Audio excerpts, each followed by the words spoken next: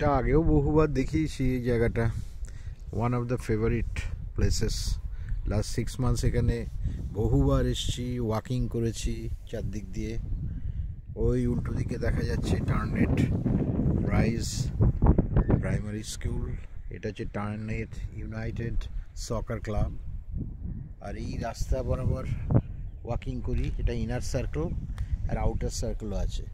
Inner circle একটা পুরো round করলে 833 স্টেপস হয় আমার স্টেপসে, আর ওই বাইরেরটা দিয়ে যদি মুভ করি চারদিকে তাহলে 1013 এরকম হয় স্টেপ।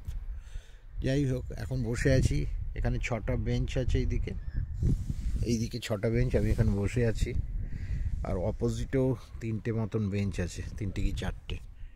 এই জায়গাটা মিস করব, কারণ এই মাসের শেষে চলে যাচ্ছি 25th, এবং এই বিউটিফুল এনভায়রনমেন্ট, যেটা ক্লাইমেট বলুন যাই, এই আকাশ এত চমৎকার, আজকে খুব ভালো মানে সানলাইট রয়েছে, ঠান্ডা ভাব রয়েছে, মাঝে মাঝে দমকা হাওয়া দিচ্ছে। এই চারদিকের যে বাড়িগুলো, এখানে অনেকগুলো বাড়ি অলরেডি সেল হয়ে গেছে। এই একটা বাড়ি সেল বোর্ড টাঙিয়েছে, ওইদিকে একটা বাড়ি অলরেডি সোল্ড, ওইদিকে আরেকটা বাড়ি সোল্ড।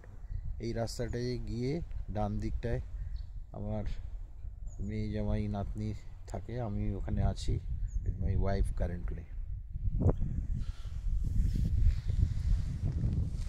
আমাদের কলকাতাতে এরকম ক্লাইমেট পাওয়া তো অসম্ভব ব্যাপার,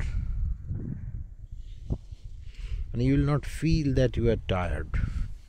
ওয়াক করলেও একটু 5 মিনিট রেস্ট নিয়ে আবার এখন মুভ করব। 3টে পাক করবার ইচ্ছা আছে, 1 পাক হয়ে গেছে already. Let me go for the second round.